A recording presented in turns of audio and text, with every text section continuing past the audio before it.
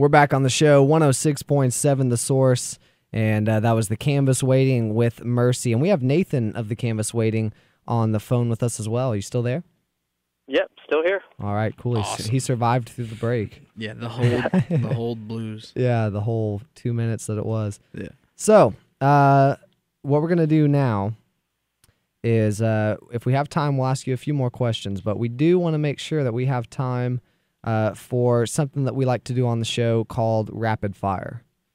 And so what it is we're going to ask you a series of 5 questions, and you have basically, you're allotted 0 time to answer. You just have to say the first thing that comes to mind.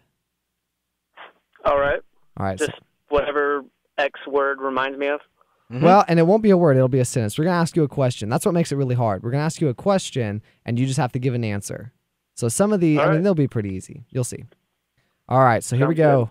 We're going to jump into Rapid Fire.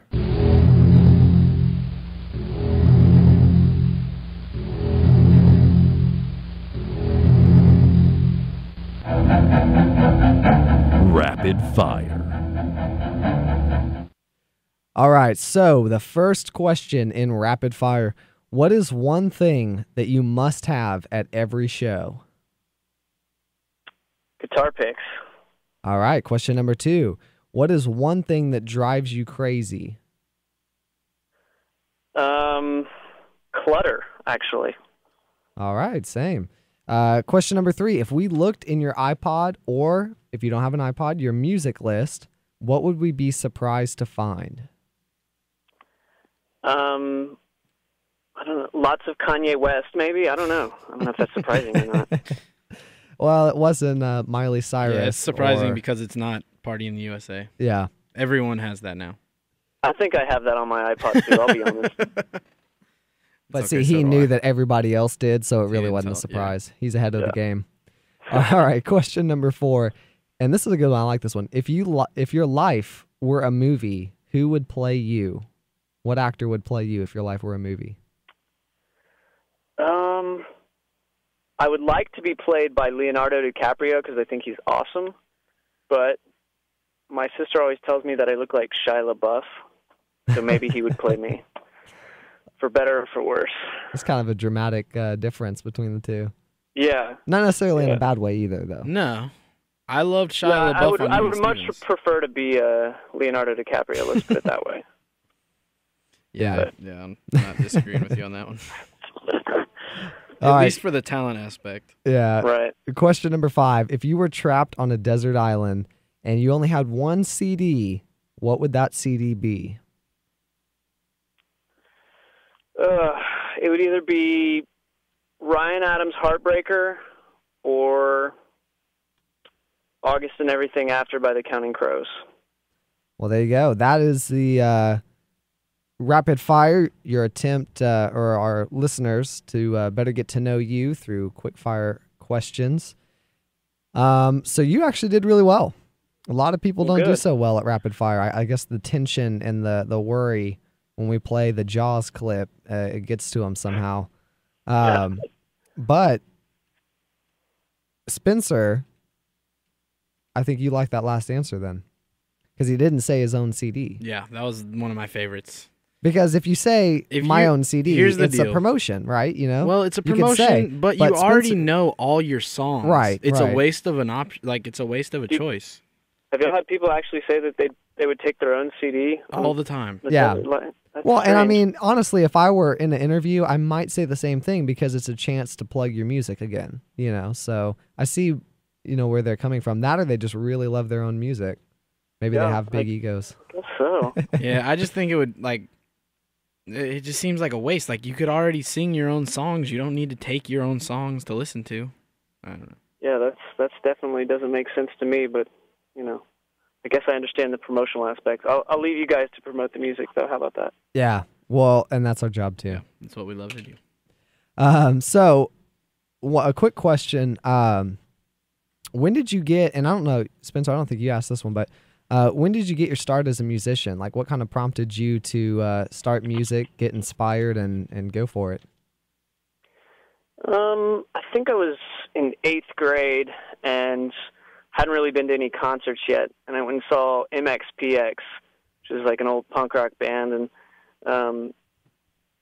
went to that show, and it was packed, and there were people crowd surfing, and something about that night was very profound, and I was like, I need to try this. This is pretty cool. So I mowed yards for an entire summer to save up for a really terrible guitar and a really terrible practice amp, which I'm sure everyone has had at least once in their life, and learned how to play on that thing, and learned every single Nirvana riff that there was, and eventually, took some lessons and taught myself how to play, and I really haven't stopped playing since. A few years after that, probably I started actually trying to write my own music, and well, I guess it wasn't a few years. I guess it was like a year after that. I started a little pop punk band in high school. Did that literally all of high school. I didn't do sports, didn't do anything in high school, but I was in a little garage band with my friends, and I think the love and sort of the passion for writing music and composing and things like that just grew over the years, and it's just something now that it is who I am. There's no doubt about that. Well, that's a great way to start, especially the lawn mowing. It sounds like hard work, you were willing to do whatever it took. Yeah, $15 at a time. I was saving up for that Squire Strat. We have to ask at least this question here, because we've had some really interesting responses to this question. Have any funny / interesting things happened to you in a live performance, or really? We've got some interesting. What's the most interesting or strange or funny thing that's happened to you while performing live? I'm gonna have to. I'm trying to think of like a really good one. Most recently, we were playing a little outdoor stage, and like the entire power went out like 5 times during the set. That wasn't really interesting. That was more just unfortunate. It's kind of hard to woo the audience when the equipment doesn't work properly. Yeah, it makes it a little tricky, especially when it happens like 2 or 3 times in one song. Yeah. Well, the first time, All right, we're gonna move on to the next one. The first time you guys, you probably make a little joke about it. Everybody kind of laughs, and then the power comes back on, and it's like, well, that was a little unexpected, funny thing. Then like the second and third time, they're just like, okay, this is not funny. The 4th time everybody leaves. Well, at least you guys remember. I would have to say the most interesting things that happen are usually fans, crazy that maybe are a little influenced by, beverages and things like that. Yeah. Act a little crazy, and we've had some pretty ridiculous fans that, make the show fun, but it can also be a little distracting when they're going crazy and, try to get on stage and things like that. Yeah. Have you ever had your arm licked by a fan?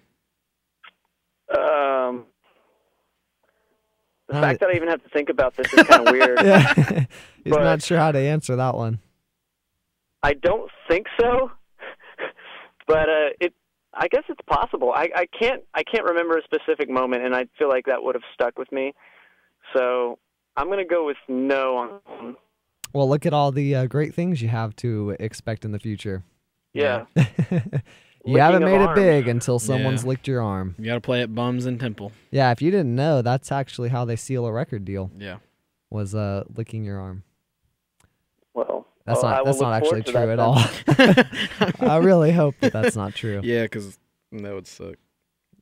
Okay, well, so are you guys playing? You said Dallas. Are you guys playing anywhere coming up soon within the next couple weeks? Yeah, we're doing Dallas on Saturday, and then we've got a show at Emo's in Austin on Wednesday, April 13th, and then we've got another Austin show April 29th. We're playing a CD release show for our friends in Sounds Under Radio, and they're releasing the record at a place called the Indie, which is right at like 6th Street and 35. It's a newer venue, but those are our next 2 Austin shows, and we're playing all over. We're doing Waco and Bryan and things like that as well, but you can go to thecanvaswaiting.com and find all our show info there. Where is your dream place to play? Like, where is the one venue you wish you could play more than anywhere else? After going to this place during South by Southwest, I'd have to say the new ACL Live venue at the W in Austin. We went to a little party showcase there, and I have to say that the space and the sound and just the whole setup is pretty incredible. It's one of the better laid out music venues that I've seen. It almost has kind of like a theater feel, and it was really cool. We were actually supposed to play there in early March, and it kind of fell through. But that's on my my list of to-dos for Austin venues for sure. Well, cool. If you want, shoot us an email that also attaches that info, because we're human, we forget some stuff, but we can promote it in the following weeks. We'll add it to our concert calendar. Yeah, I definitely will do that. So you guys heard it. This is Nathan of The Canvas Waiting, and they've got a couple shows around Austin. And like you said, you can go to the Canvas Waiting. You said canvaswaiting.com. Yeah, thecanvaswaiting.com. Okay, I didn't want to mess it up. Good. So you can go there for more information, find out all about their shows, what the guys are up to, and when new stuff happens and you want to know, that's where it'll be. Of course, you can also go to Indie Show on Facebook. We'll keep you in the loop too. If you forget, we'll tell you. So Nathan, thank you for joining us on the show. Thank you, sir. Yeah, thank you for having me. And we will keep in contact. We'll promote those shows for you. And I guess that's it. That's all. Yes, sir. Yeah. Sounds good. Y'all have a great night. All right, Appreciate you it. too. You too, man. Take care.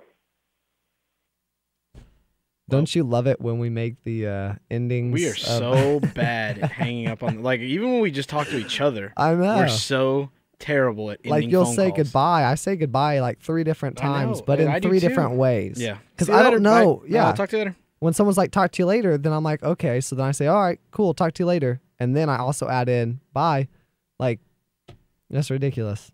We don't know how to hang up the phone. Yeah, so I we're think not we very should good just at it. make it a thing where when you go on the indie show, they're just going to we're just gonna hang up up on the on you. phone on you weird, Yeah. I don't know how to do it. Yeah. Anyway. I don't know. I just we're not very good at it.